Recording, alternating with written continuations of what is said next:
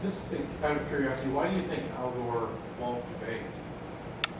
I mean, obviously, if he's wrong, but does he believe that he's wrong, so he won't debate because he knows he's wrong, or?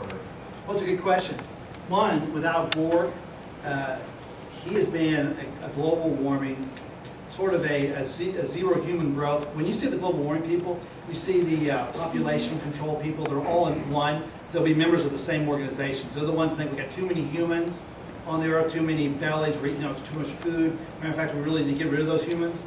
And so he's been part of that crowd for a long, long time. He was spending millions, studying flocculent cattle way back when my parents were attending KSU.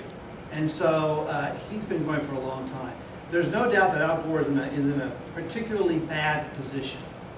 Here he has built this coalition of the crazy at the UN to really be the front man to say there's a consensus and everybody who disagrees with global warming is a quack. Well, that only runs for so long until you get thousands and thousands of people that have credentials and experience and are highly esteemed to say, we don't agree with you. And so they were able to do that for a certain amount of time. Of course, Al Gore also has problems because his inconvenient truth, which is somewhere between a second and third grade slideshow, and you've seen it. I watched it because I wasn't going to critique him until I had. Only fair to watch it. But it has taken on so much scrutiny.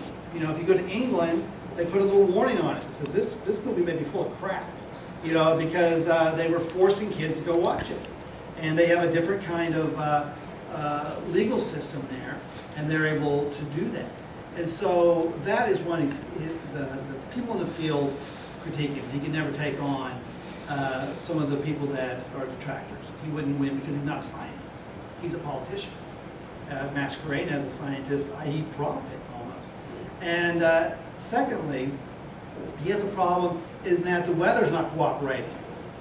And if you know that, you look around the country, it's ironic to have some of the UN people and backing people like Greenpeace in Washington doing a big giant act of activism in a blizzard. It just doesn't work too well. We look at Kansas, we see record colds, we see them all around the country, as well as the cold trends that we've had the last decade. The statistical proof is starting to give them a problem. And we see that even with Obama, who is really moving away from global warming to climate change. We see the wording go around. Now we're basically just going to fight all weather. It doesn't matter what it is. We'll fight the rain, we'll fight the sleet, we'll fight it all, fight fog, if we get money for it. And so they see the writing on the wall as well. The problem is that the global warming community is past the point of no return. They can't say, oh, well, maybe it's not. They will find themselves in the same boat as the global coolers. And I don't know how old you guys are. I don't want to say that I'm old. I don't want to give in to that idea. But I'm old enough to remember the 70s and the environmental scare of global cooling, where they came out, the scientific community said we've got 30, 40 years of proof that we're cooling, and basically the planet's going to freeze over like an ice cube. So we got an emergency, all data points this way, doom and gloom, and so forth. And nowadays, when we talk to people, we throw that out there because the data, the articles, they're out there galore. The global warmers say, wait, they weren't really talking about global cooling. That was just a few crazy people. That's really not what was happening. That's not anything like today. Today, it's a consensus. It's a consensus. And the problem with this whole thing is that it's beyond simply like a small Jim Jones cult moving around doing crazy things in Guyana. This is something that is going to come out and affect your life. What you can buy, from light bulbs to vehicles, and it ties into some of the moral issues, again, because it's the zero growth people that are involved in this. They are wanting to really pull the European model that says we don't want to have people having babies because babies make people going to operate vehicles and have a carbon footprint. So we'll give you tax rebates to have for those that have abortions. We'll give incentives to people to go down that road. And so there are far-reaching things beyond simply somebody going out there and saying crazy things. It comes into your life And it is all under the guise that there is no God beyond big government and types like Al Gore. So it's an issue. It's contentious, probably one of the most contentious I dealt with. I dealt with the Patriot Act, border security, and we deal with them all in here. If you're interested in those and you want to have ways to make an argument and win an argument against a liberal that says, no, this is how it is, fitting lines do that.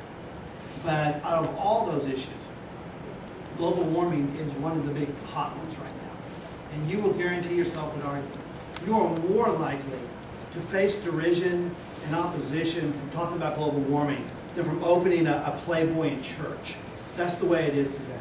I wrote 3 major articles, and I was attacked from every which direction from several different continents.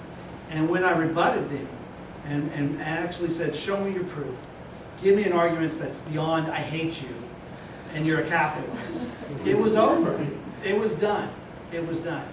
And so that's one of the things that you have to face if you're going to have an opinion in this country. Are there any questions so far?